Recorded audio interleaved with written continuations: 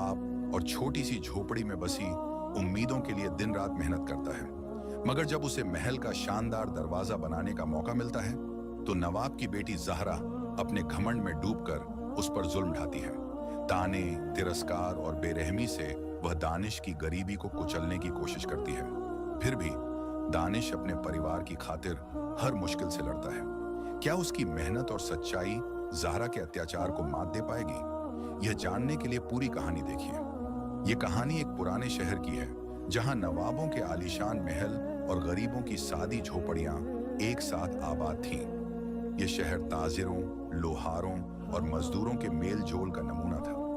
सुबह होते ही बाजारों में रौनक आ जाती। शहर के बीचों बीच एक बड़ी मस्जिद थी जिसकी ऊंची मीनारें आसमान से बातें करती थीं। शहर का सबसे पुरकशिश हिस्सा था नवाब जफर का महल। यह महल एक छोटी सी पहाड़ी पर बना था जहां से पूरे शहर का नजारा किया जा सकता था।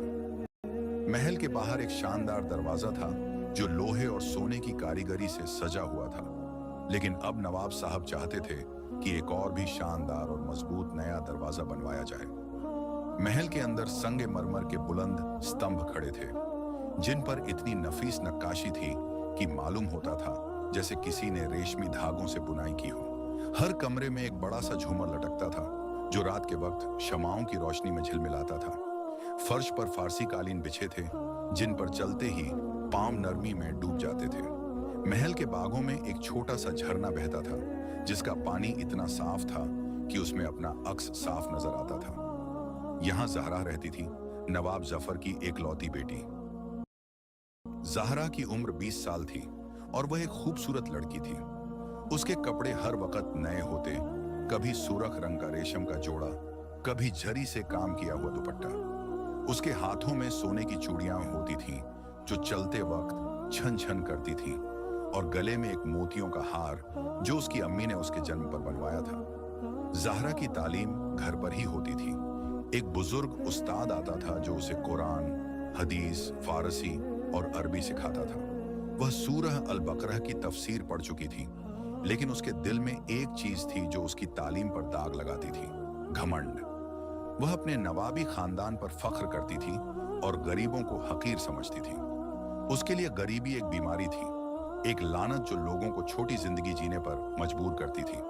शहर के दूसरे कोने में एक तंग मोहल्ले में दानिश रहता था। दानिश एक लोहार का बेटा था जिसका बाप उस्ताद करीम दिन भर लोहे के काम में लगा रहता था। दानिश की उम्र 20 साल थी। उसके कपड़े सादा होते थे। एक पुराना कुर्ता जो उसके बाप ने 3 साल पहले सिलवाया था, उसके हाथ काम से काले और मजबूत थे और चेहरा पसीने से भरा रहता था। दानिश का घर एक छोटी सी झोपड़ी था। मिट्टी की दीवारें जो हर बारिश में थोड़ी सी गिर जाती थीं। घर के बाहर एक छोटी सी लोहे की भट्टी थी जहां उस्ताद करीम लोहा पिघलाता था। दानिश के पास न तालीम थी न दौलत, लेकिन उसके दिल में ईमान और खुदा का खौफ था। दानिश की जिंदगी मुश्किल थी।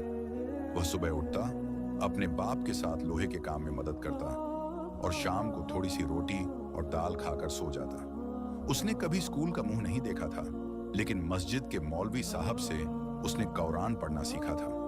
वह हर नमाज वक़्त पर पढ़ता था। फज्र के वक्त जब शहर सो रहा होता, जोहर के वक्त जब धूप सर पर होती और ईशा के वक्त जब चांदनी जमीन पर पड़ती। उस्ताद करीम अक्सर कहता, दानिश, जिंदगी में गरीबी से मत डरना, अल्लाह के हाथ में सब है। ईमानदारी और मेहनत से जो मिलता है वही असली दौलत है। दानिश अपने बाप की हर बात मानता था और उसकी जिंदगी सादी लेकिन ईमान से भरी थी। एक दिन नवाब जफर ने फैसला किया कि महल का दरवाजा पुराना हो गया है। वह चाहते थे कि एक नया दरवाजा बनाया जाए, लोहे का, सोने के काम से सजा हुआ और इतना मजबूत कि 100 साल तक खड़ा रहे। शहर के सबसे बड़े लोहार उस्ताद करीम को यह काम दिया गया। नवाब ने कहा, करीम, यह दरवाजा मेरी शान का हिस्सा होगा। इसे ऐसा बनाओ कि लोग इसे देखते ही रुक जाएं। उस्ताद करीम ने सर झुकाया और कहा, हुजूर, मैं अपनी पूरी कोशिश करूंगा। उसने अपने बेटे दानिश को साथ लिया और दोनों महल के काम पर लग गए। जब दानिश पहली बार महल में दाखिल हुआ तो उसकी आंखें चौंधिया गईं। उसने कभी इतना बड़ा घर नहीं देखा था। दीवारों पर नक्काशी, फर्श पर कालीन और हर तरफ चमक। वह अपने पुराने जूतों के साथ अंदर गया और उसके पैरों से मिट्टी के निशान बन गए। उसके हाथों में लोहे के छोटे औजार थे और पीठ पर एक पुराना झोला जिसमें उसका खाना था, एक रोटी और थोड़ी सी दाल जो उसकी अम्मी ने सुबह बनाई थी। दानिश ने महल के एक कोने में अपना काम शुरू किया। उस्ताद करीम ने उससे कहा, बेटा, ये बड़ा काम है, इसे दिल से करना, नवाब साहब खुश होंगे।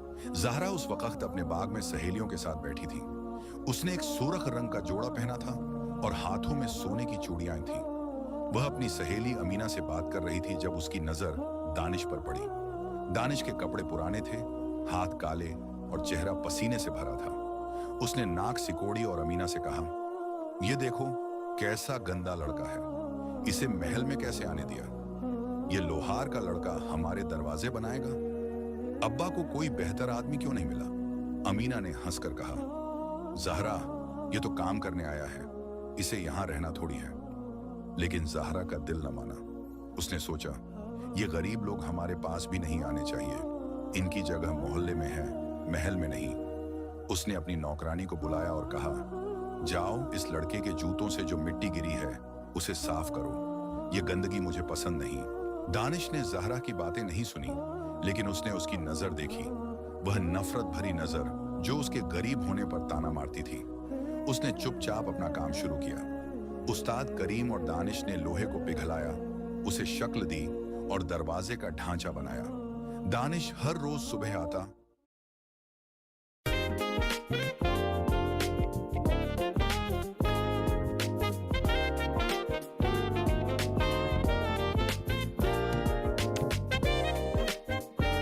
करीम और दानिश ने लोहे को पिघलाया, उसे शक्ल दी और दरवाजे का ढांचा बनाया।